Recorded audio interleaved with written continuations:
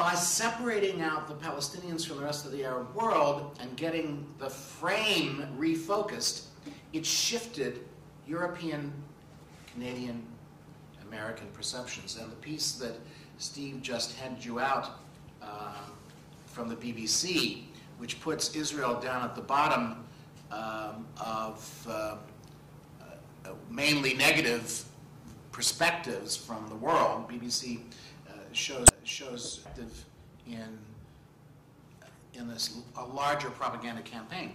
The reality is that the settlements, every time that the Israelis have reached a peace accord, they have uprooted settlements, but that doesn't seem to be the way in which the rest of the world perceives the settlements. They perceive the settlements as a block to peace rather than a bargaining chip.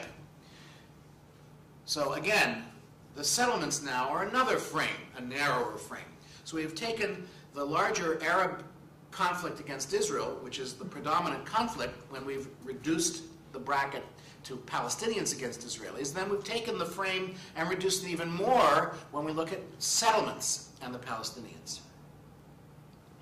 So all in all, these narrowing and narrowing of the frame of reference without context for what happened prior or what happened on the other side or what happened on this side, when we look at a picture on a television screen, that's what we see. We don't, everything has a beginning, a middle, and an end on that television screen, ignoring the reality of another beginning, middle, and end that is out there and exists both historically, culturally, and pragmatically.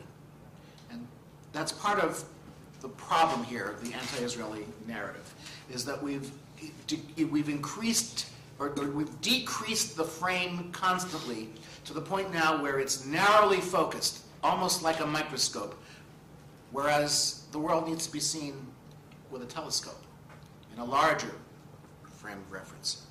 This has led to what many have called the demonization, delegitimization, and double standard, the 3 Ds that Sharansky talks about in his book. But it also has led to another kind of perspective, and I'm going to stop with this one. And that other perspective is a kind of Western reverse racism, that Western perceptions of Israel are that Israel should live up to a high standard with regard to geopolitics, with regard to human rights, with regard to a whole host of issues. Their expectations are high, in part because Israel has already a fairly high standard in those areas. There is no other country in the Middle East with as many human rights organizations as there are in Israel. There is no country in the Middle East that has Supreme Court prohibitions and protections for the Arab minority in Israel. There is no other country in the world, in the Middle East, in the world in fact, whose Supreme Court makes decisions about military intervention. All of those lead to high expectations on the part of the world for the Israelis. But the reverse racism comes in is to have low expectations of the Arab world. And the narrative has permitted the West to have such low expectations, so that the Arab world is expected not to be at the same level as Israel. And this imbalance of low expectation, high expectation, has caused the narrative to be out of skew, the story to be out of skew.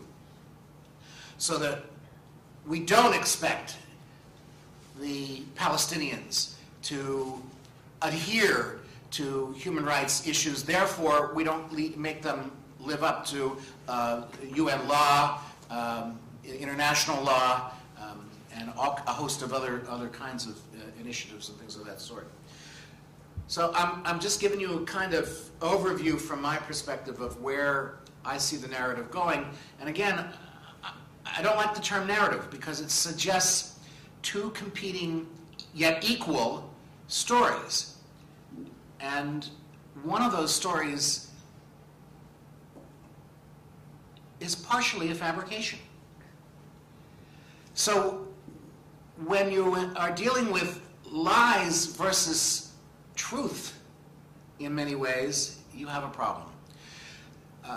One of the ways in which we need to deal with this is to begin to be able to understand the implications of propaganda, how propaganda functions, and what its real ultimate goals are, and begin to turn over the rock and let us see the underpinnings of propaganda, which are usually based on falsehoods. So I'm going to stop here